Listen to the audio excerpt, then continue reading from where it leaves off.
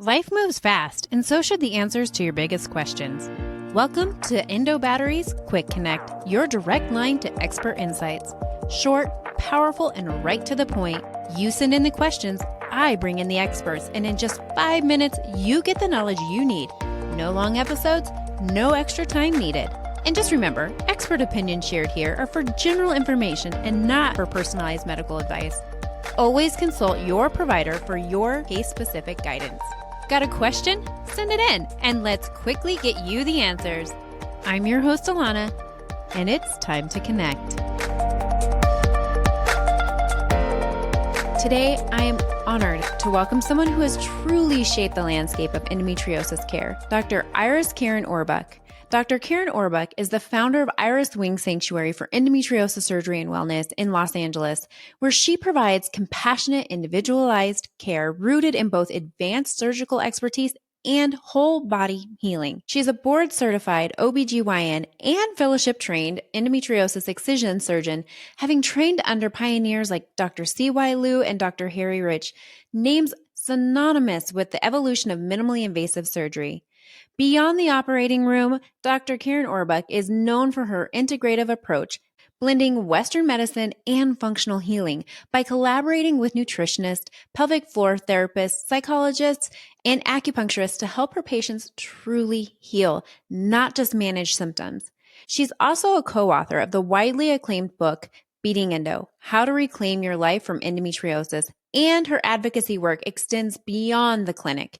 She has served on the AAGL Foundation Board, helped lead the endometriosis special interest group, and contributed her voice to the groundbreaking documentaries like Endo What and Below the Belt, which have helped bring this disease into the public conversation and policy spaces. Please help me in welcoming the brilliant Dr. Kerin Orbuch to the table. What is the benefits to addressing some of that inflammation and changing these habits prior to even having surgery? So that's all I've been doing for the last 15 years. That's been my approach. So is the prehab. And I will take a patient who is severely symptomatic. They're coming in for a consultation.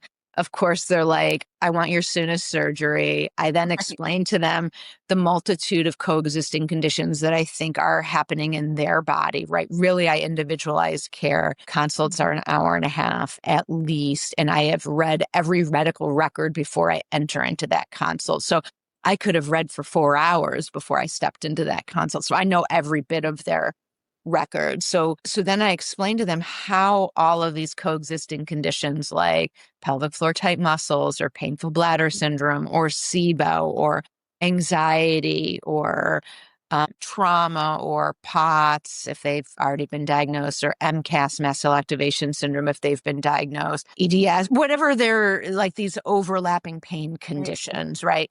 And then I explained to them how they're all together come to upregulate the central nervous system, which is kind of our central processing unit of the body. And that's where we experience pain, is in our nerves.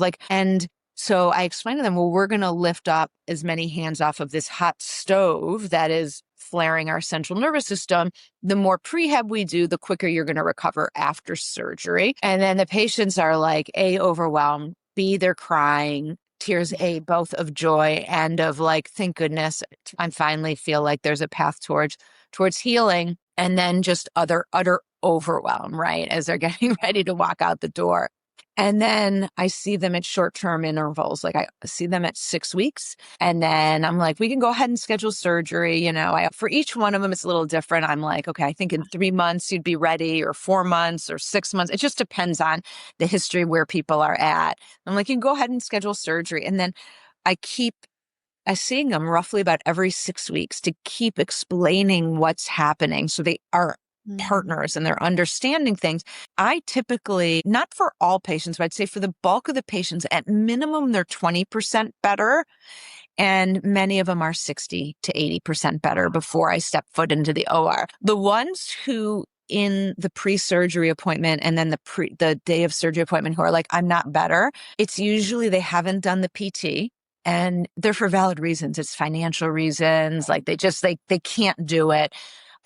They haven't gone to the gut specialist. They haven't been tested for SIBO or worked with the integrative nutritionist. And often it's because there's like restrictive eating. It's activating those things. So they don't want to delve down that. I fully understand. Or they have a history of some type of abuse or trauma. And so they haven't delved into like re-establishing care with a therapist who can help them with the brain-mind connection to help them get out of sympathetic overdrive, or they just don't want to believe that endo excision is not the panacea to get them better. I'm always like, endo excision is not going to fix your tight muscles. Endo excision is not going to fix your SIBO. Moving forward, it won't activate those things, but your muscles are tight from curling up in a ball for the last 20 years of your life.